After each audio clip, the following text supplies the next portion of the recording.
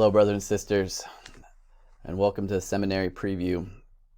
I'm going to introduce you to the lessons for the week and some resources that are available, as well as the Doctoral Mastery materials. Here we go. We are in the week of February 22nd through the 26th, and we're back to a full week for those of us that were on President's Day weekend on the short week, which means that we have Doctoral Mastery coming in on Friday for those of you that are doing Doctoral Mastery once a week on Fridays.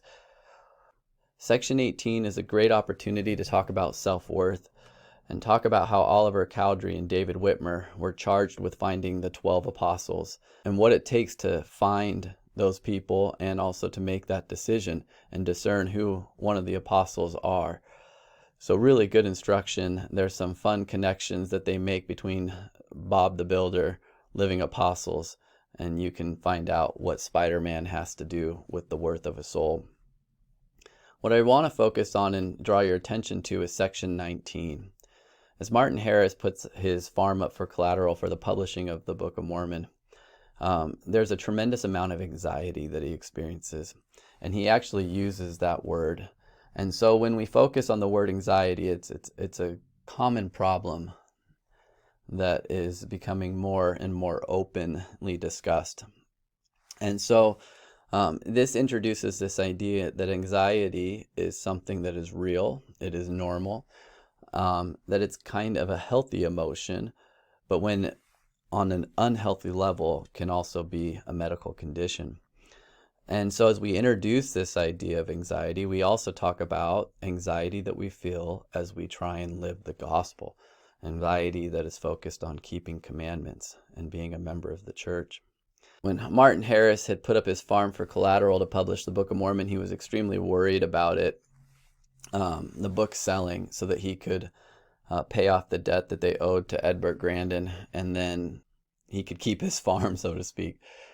And as the book's published, he was carrying a couple copies to Joseph Smith, extremely worried, and he told Joseph that they're not going to sell. And Joseph, replied that he thought they would sell very well. Martin wanted a revelation from God assuring that the books would sell. Joseph refused to give him that revelation and promised that he had enough revelation already. That night, Martin stayed at Joseph's house and had a horrible dream where a giant black dog was pouncing on his chest. It woke him up, and the next morning he demanded a revelation from Joseph Smith. And that's how we got section 19. So when we feel this anxiety of a giant black dog, our problems, pounding us to death, what would the Lord say to someone who's suffering that kind of anxiety or suspense? So we have three different approaches to this. Is living the gospel a sacrifice or an investment? What you can't see does hurt you. And what might the Lord say to someone with anxiety? I would hope that you would go through these different approaches to section 19 and just kind of study them out. Look them over and see if you get any insights for yourself, or see if something fits your class well enough that you might use these things. Here's this tie-in to Alfred Hitchcock about how he used what you couldn't see to scare you, and how Joseph Smith made a similar statement that there is no pain so awful as the pain of suspense. And that it's the knowledge of God that gives him power, because he can see the unseen. And how do we get access to that knowledge so that we can overcome our own anxieties? So there's just a lot of really good opportunities here. In fact, in the teacher resource on this section 19, I put in a link to a small article in the church's website about depression and anxiety.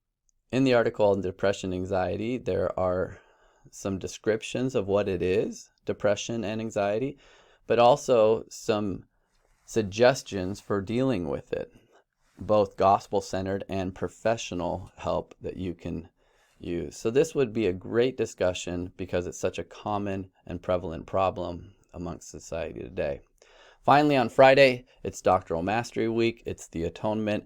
It's focusing on those references that are found in section 18. And so here you have slides as well as lesson plans that you can use You can find it in the Google site that I've created for Doctoral Mastery. In Institute, when we're doing these workshops right now, we're giving students a lot to do, and there's a lot less teaching and a lot more doing.